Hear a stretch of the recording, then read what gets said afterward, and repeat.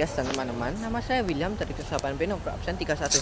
Kali ini saya akan mempresentasikan tentang bahasa Indonesia, lebih cocoknya presentasi teks eksposisi.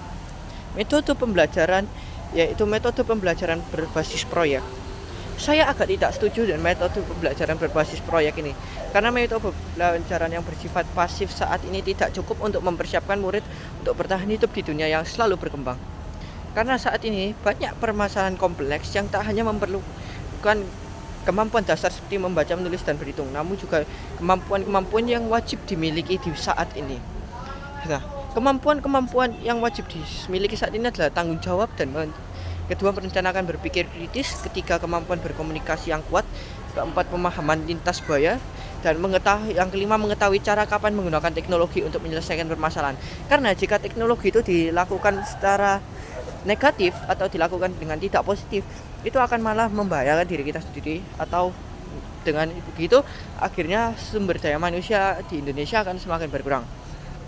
Oleh karena itu, tenaga pengajar harus berupaya untuk menciptakan lingkungan belajar yang kondusif bagi peserta didiknya di tengah perkembangan yang pesat ini, agar tercipta suatu metode pembelajaran yang menjadikan peserta didik sebagai pusat kegiatan, agar dapat menghasilkan suatu SDM di akhir pembelajaran, suatu produk di akhir pembelajaran. Metode ini sering disebut dengan sebutan project based learning, atau lebih dikenal dengan sebutan pembelajaran berbasis proyek.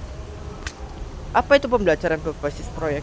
Pembelajaran berbasis proyek atau project based PJ Learning atau PJBL adalah pendekatan belajar yang menjadikan murid sebagai pusat untuk pembelajaran. Metode ini juga menitik beratkan proses untuk memiliki hasil akhir berupa produk atau layanan, tergantung permasalahan apa yang diberikan, sehingga murid diberi kebebasan untuk menentukan aktivitas belajarnya sendiri hingga menciptakan hasil berupa sebuah produk.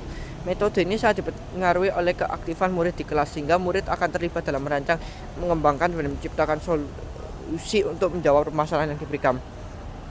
Pembelajaran berbasis proyek selaras dengan kemajuan teknologi, memasukkan masalah di dunia nyata dan teknologi ke proses belajar. Dengan menggunakan PJBL, murid didorong menjadi pekerja yang mandiri, pemikir kritis, dan pembelajar seumur hidup.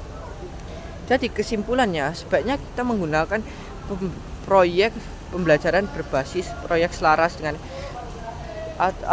alias PJBL, agar bisa menciptakan sumber daya manusia yang baik dan membuat negara Indonesia semakin maju. Sekian dari saya, terima kasih.